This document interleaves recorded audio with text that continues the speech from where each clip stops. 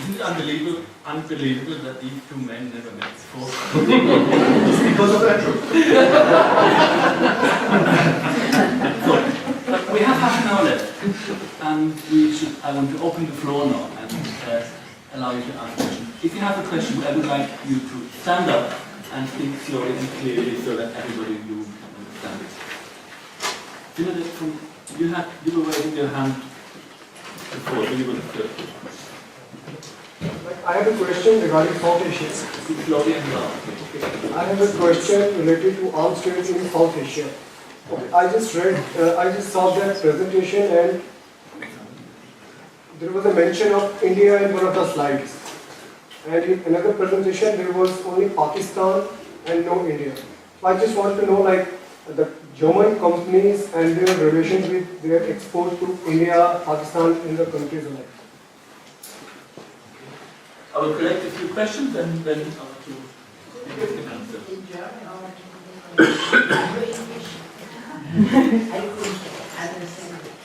It's very difficult now to report about exporting India.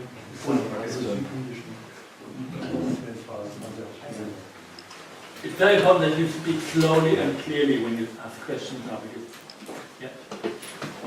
Thank you, Jürgen and Andrew. Talking about the history of the arms trade in Germany, especially during Helmut Kohl, you showed the pictures of them with the dictatorships. We must not forget also the ties that they had with Saddam Hussein during 80s.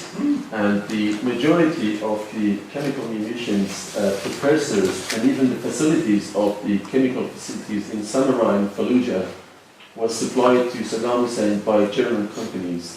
And unfortunately, as Andrew mentioned, there is a big chance for the president to be prosecuted rather than armed dealers. Saddam Hussein was prosecuted for gassing people in Halabja, but none of the German companies like Conco, Prosat, AT&T and the others were prosecuted for providing these gift gases to Saddam Hussein. And if somebody is interested to know more details about these very dirty armed trade of the outlawed weapons, there is a book by Kenneth Timmerman. I'm sure that you have read this book. It's called Death Lobby, with the names and details of all those German companies which supplied these weapons to Saddam Hussein. Also, there is a video by BBC by Robert Harris. It's called Secrets of Samarra, with interviews and some secret photos of the facilities that they made in Iraq. Thank you.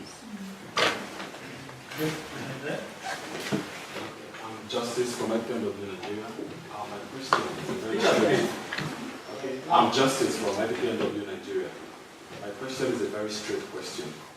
I throw the question to the presenter. I want him to tell us, or to tell me and my country people, in his own opinion, how would he suggest that arms are legally traded in the world, in his own opinion? Legally traded. How legally suggested that arms are legally traded? Should have legally traded in the world. I think these were three very interesting questions. Let us answer those questions now and then we carry on. We will try to be brief so we have more chances to have more questions. Who wants to start? Okay, I want to talk about delivering weapons to India and Pakistan. We gave a license, a G3 rifle, means the German government gave the G3 license to Pakistan. They told us there's an end-user certificate, means that the weapons stay in this country, except the German government allows to re-export these weapons to other countries. So, I think it's one of the greatest lies we have in Germany, because if you phone, for example, to the Ministry of Economics, which is responsible for weapons exports, and I would say I want to have the 10 people looking in the countries all around whether the end-user certificate is approved or not, and if the weapons stay in the country or not. You can phone and you can phone and you can phone, and maybe you come around this ministry, but you don't find any person, there's none in Germany, controlling the end user certificates. So, problem number one is giving licenses to other countries and not look what happens there. Not to look what happens in the country with the weapons, and not to look whether they are exported illegal or not. There are many examples I can tell how German weapons were the license is given to a country, Iran, Mexico, Turkey, Pakistan, so on, and they re-exported this weapon. The second fact is India did not get any license from Germany for small arms. What they get is a new example. They got MP5 machine pistols for the police. And it is called that they have to stay in special regions in India, but it is not allowed, like Mexico, this is the second case. It's not allowed to give to other states in India. No one is controlling where these weapons are landing at the end. No one is controlling whether these weapons are used against demonstrators, for example, these movements sometimes, political people who are of another opinion. So these weapons are used in the country, and these weapons are used, you know, there have been 4 wars between India and Pakistan. These weapons are used between the armies of these two countries. This is typical for Germany, maybe for other countries too, that we deliver both sides with the same helicopters, with the same warships, with the same tanks, sometimes with the same licenses. That's good. And I call it the new form of dual use. New form of dual use. Okay. What we can say, for example, the war in Libya, the German-French company EADS, Andrew spoke about this, and about corruption, was delivering all the 3 conflict parties, all the 3, the one company, the rebels and the regime, the army, and the NATO. So they are bombing and they are shooting on 3 sides against each other with the weapons of the same company. It's very fine for the company. So if you hear what the press, or how can you say, the media of EADS, they say, the pressman is saying, oh, it's a terrible war, my heart is bleeding, and I cannot sleep at that time. And the finance minister of this company would say, very fine, you got a lot more money by this. Yeah? So you have 2 floors like this. One is the German government say, we are here for peace, for justice, all around the world, and we are helping. Germany is a peace country. And the reality is we deliver all these regimes and dictators who are against the opponents in their own country. Mrs. Merkel is traveling around and saying, stand up against the repressors, please stand up. Yeah? And at the same time, they deliver legal. 90%, 98%, I asked him, 98% of the German weapons exports are legal. So, and at the same time, they deliver the repressors all around the world with weapons. So, what I can say is, it's not an exception, it's typical that we deliver weapons to Pakistan and to India, that we give licenses to them, and we have to stop it. Why we are here. There was a very fine sentence yesterday to say, this is the heart of the opponents, this is the heart of the peace movement, and the doctors, and it's a very, very fine combination to say, we research where the weapons are produced and export.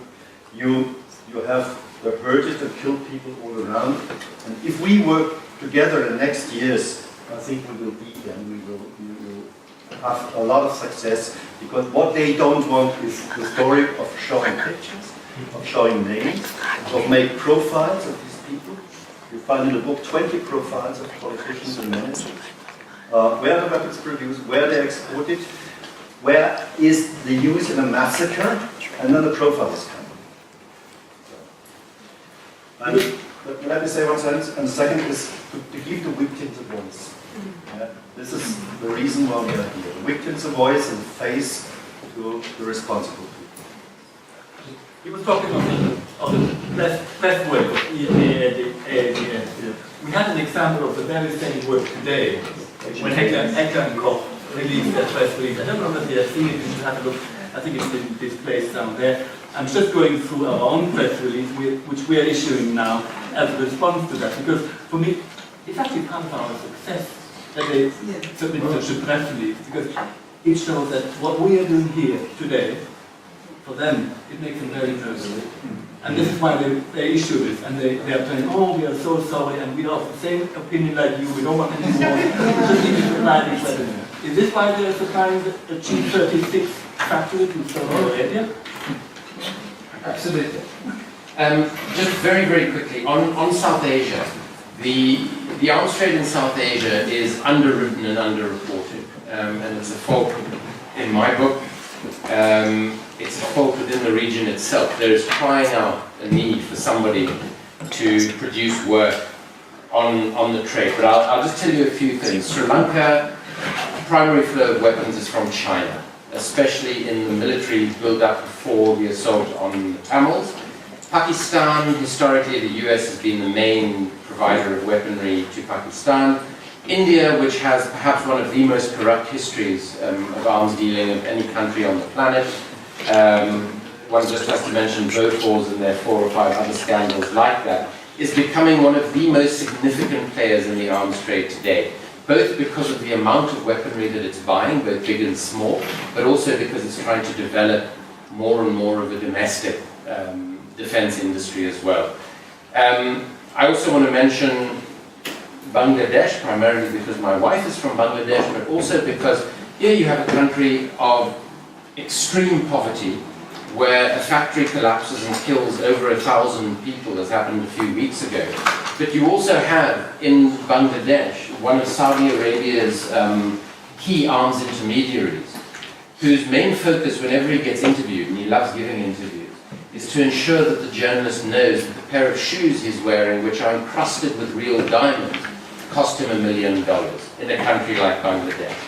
And of course there is the massive nuclear threat in the region, which is also a consequence of the big countries providing nuclear technology. Very quickly on Germany, of course, there is Germany and Iraq. Donald Rumsfeld, very famously, did business with Saddam Hussein. He did commercial business with Saddam Hussein. And a very interesting thing in relation to that I wanted to mention is that a professor, a guy called James Stewart, who was at the University of British Columbia and is now at New York University, has been looking, he's a legal academic, has been looking at the ways in which international law could be used to prosecute arms companies and individual executives and dealers who sell weapons with the obvious knowledge that those weapons, either through a third party or directly, will land up in conflict zones. This area of research could be absolutely crucial to the work that all of us do against the arms trade, and is something that we need to watch very closely. And then finally, just to answer Justice's question very briefly, there's a whole section in the book on this.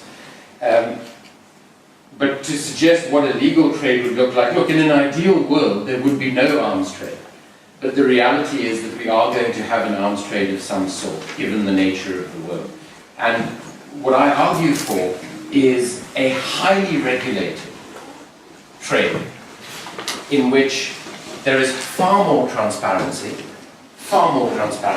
because a huge amount of what is hidden in the trade, in the name of national security, is simple criminality. Criminality both in terms of foreign policy and often involving massive bribes and commissions. And then I would also suggest, and there are 2 very easy ways to do this. The one is to make completely transparent the use of any middlemen or intermediaries and exactly what they're paid and to do what. Second is to ban the use of offsets in the defense sector, like the WTO has done as a procurement criteria in every single other sector except defense. And then the final point to make is, especially in relation to small and light weapons, is the importance of ensuring, as we saw on some of